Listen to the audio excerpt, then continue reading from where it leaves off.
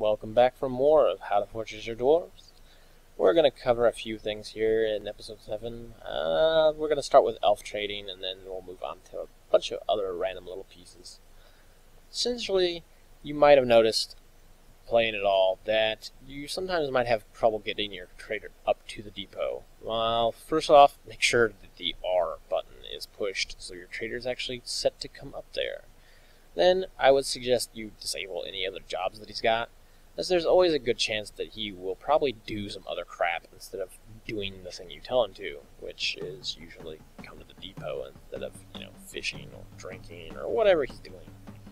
Now you'll notice I'm kind of showing off the trade depot access menu, which just kind of shows you whether or not you have access, if wagons have access to your trade depot. So long as you have 3 squares wide passageways, your trade depot should have plenty of access, and you won't have any problems with traders getting in and out. If you ever do anything to your entrance to change that, you pretty much want to keep an eye on whether or not you have 3 wide passages. As long as you have 3 wide, even if it's like going underground or using ramps, that kind of thing, as long as you got 3 wide, you're alright. Now you'll notice that I have a lot of animals just kind of migrated in with all these migrants that keep rolling into my fortress. And I've kind of set up a little area down here to start kind of harvesting some of those animals. Yes, essentially what you can do is set up I kind of set up little rooms, and I'll essentially put a male and female of the particular animals together, and eventually they'll just kind of hang out and do their thing, and you'll eventually have more of those animals. And what I tend to do is I'll put a butcher shop and even the tannery right there next to it. That way, once the animals, depending on what type of animals they are, if they take a long time to mature, I might just butcher them as in their adolescent forms. Even though they don't produce as much meat, it's better than waiting a long time, especially if you need the meat right away. But you can essentially set them up to be a sustainable resource that you can harvest, just in case you need it. Now you'll notice I kind of turned off the training on those dwarves, my military group, and immediately the messages start popping up and they all revert back to their previous jobs. It's just, you might want to switch them on and off in case they actually might have important jobs or you need some more hands working various places. Now, getting back to what's going on the screen, the hotkeys button is these hotkeys are actually pretty important once you get playing. Right away, they're not all that interesting, but it becomes very important later on to have kind of a good eye on where your dwarves usually congregate, what they're doing, and spots of interest or danger. Anytime you have any sort of passages that go out, that's usually a good place to put your hotkeys. That way you can kind of check on any other entrances besides the main one, if you do have more than one. It's also good, I always put one in the meeting hall and in the workshops, just so that, let's say somebody gets into a mood and takes over a workshop, I can kind of keep an eye on whether or not they're getting things done.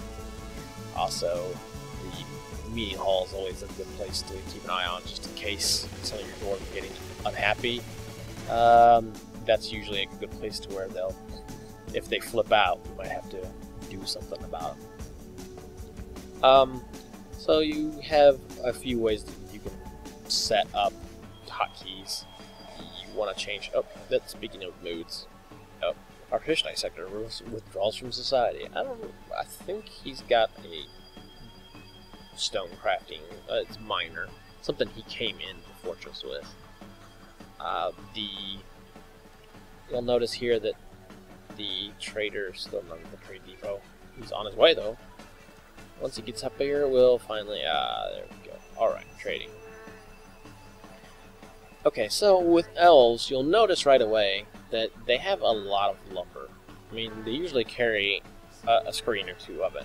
First year they might not, but traders will oftentimes bring a lot more of what you buy. So if you buy out all their wood, there's a good chance next time around that they will bring probably 3 or 4 screens of wood. You'll also notice that everything that all their equipment is usually made of wood, and they also usually bring a lot of cloth bins with them.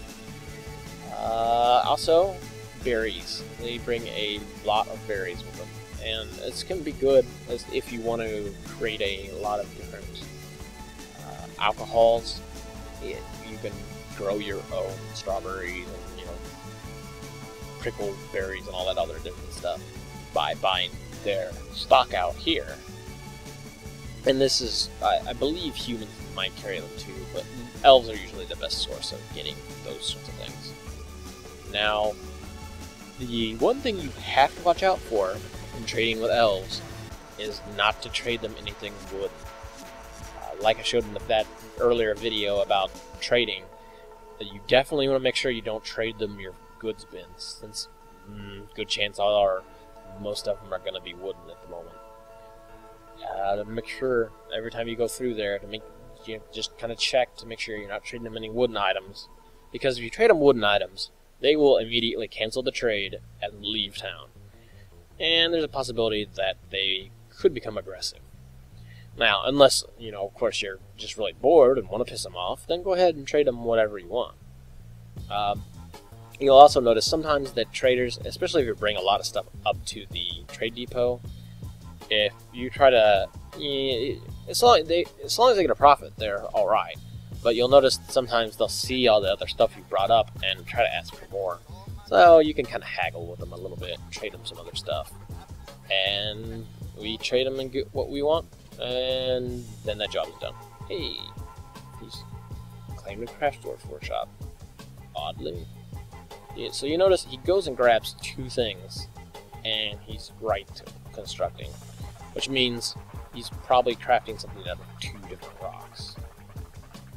Now, later on, once you can kind of control what kind of stuff they craft things out of, as far as their artifacts especially, you can kind of set the level, the value of stone that's out there for them to pick up.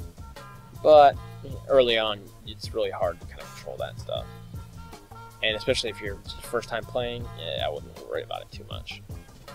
Now here we're going to show off viewing the items inside of buildings, which is kind of important because you're going to want to know if you kind of want to check and see, even if you just want to look at the description of this item, which if you'll notice, this bracelet seems to have an image of the mace that one of our other guys made, which is very bizarre. So it's apparently made of sphalerite with sphalerite and sphalerite. Alright, awesome.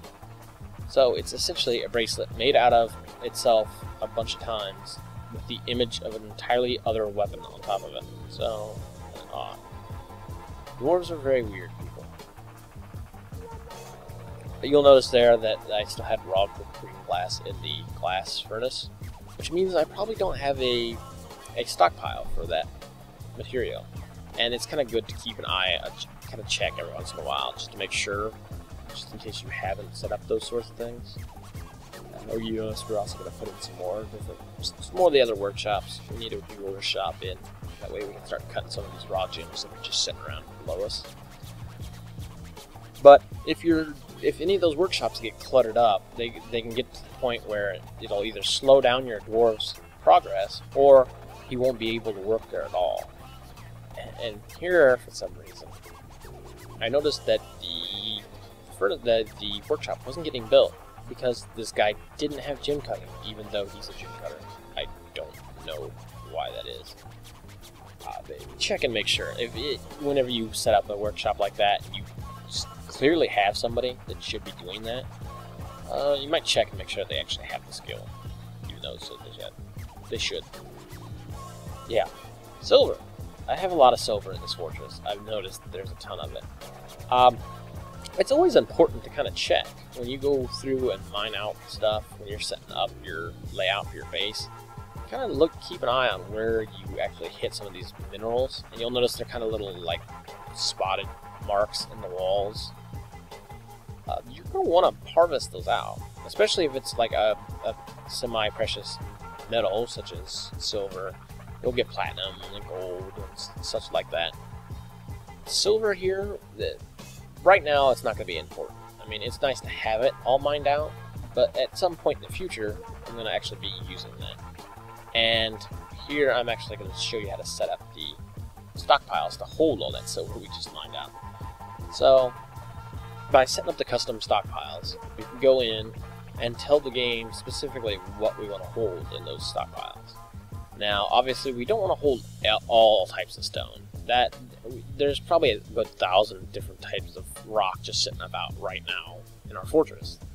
What we want to do is set the metal ores. So you're going to want to hit F, forbid the other types of materials. That way, none of those other things get put in there.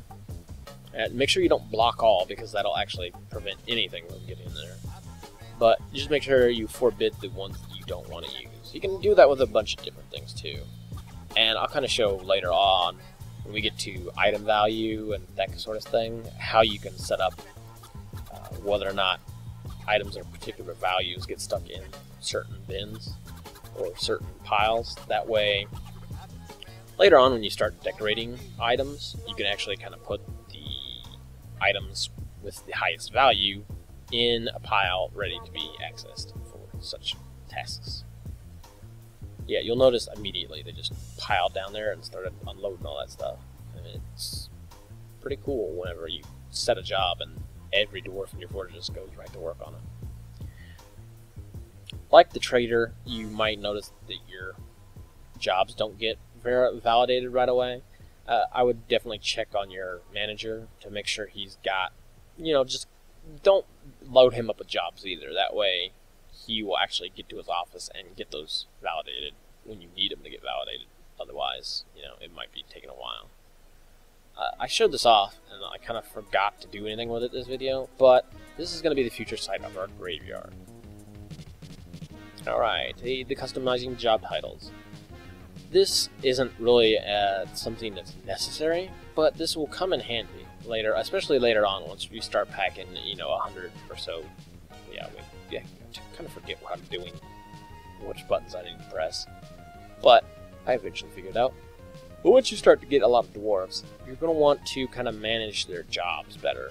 I mean, you're not going to want to have a dozen different guys with 3 or 4 different jobs, because you're never going to be able to level up those guys, and you're never going to have the best guy for the job ready for it. So, you can kind of put these custom titles in, and you can kind of, tell yourself, literally, what that guy's job is. And this guy, I've obviously taken his jobs and set him as doing nothing but hauling. He can also recover the wounded and such, but he is pretty much a hauling machine, and he will do nothing but haul. That way, hey, hauling jobs are going to get done by haulers. And you'll probably notice later on, I'll probably have more haulers just hanging about. Alright, so, what else we got? Oh, nothing too much important. I think we've got archery ranges to take care of. If you want to train any sort of crossbowmen, bowmen, ranged attackers of any sort, you've got to have the archery ranges. Otherwise, you're going to have to kind of let them either train specifically on actual combat, which is not usually a good thing. You want them to actually hit things when you're actually attacked by guys, or hunting. And if you're hunting aggressive animals, it can turn out to be kind of fatal for you. So you'll notice here, hitting Q, you can set these things up. The WAS and Ds will let you choose what direction your guys are going to shoot from, and you're going to want to put the training, whether or not they're going to shoot at it from what direction, who's going to use it, that kind of thing. Alright, so next video on, we'll probably have some of the hospital stuff, which is new to this version, and we're going to work on some graveyards. Until next time, have a good one.